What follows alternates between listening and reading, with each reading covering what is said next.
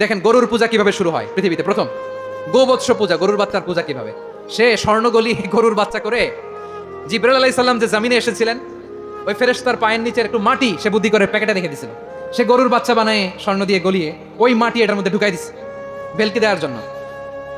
স্বর্ণ দিয়ে বানানো গোবৎস গরুর বাচ্চার গায়ে যখন সেই মাটি ছুঁড়ে দেওয়া হলো, এখন বাছুরের ভেতর থেকে ভ্যাঁ ভ্যাঁ আওয়াজ আসতেছে। কি আসতেছে? 70 জন দিয়ে পাঠাইলা, 70 জন নিয়ে মুসা আলাইহিস সালাম খালি ঘুরতেছে, আল্লাহরে পায় না।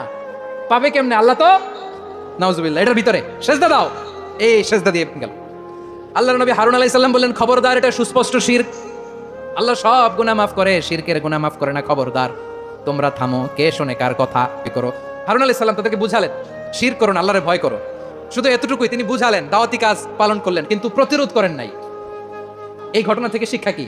শিক্ষা হচ্ছে, আপনি শিরকের আড্ডাখানা দেখলেও বৃহৎ স্বার্থে তাওহীদের দাওয়াত দিবেন, প্রয়োজনে আপনি ঐক্য নষ্ট করবেন না। সুবহানাল্লাহ পড়বেন না?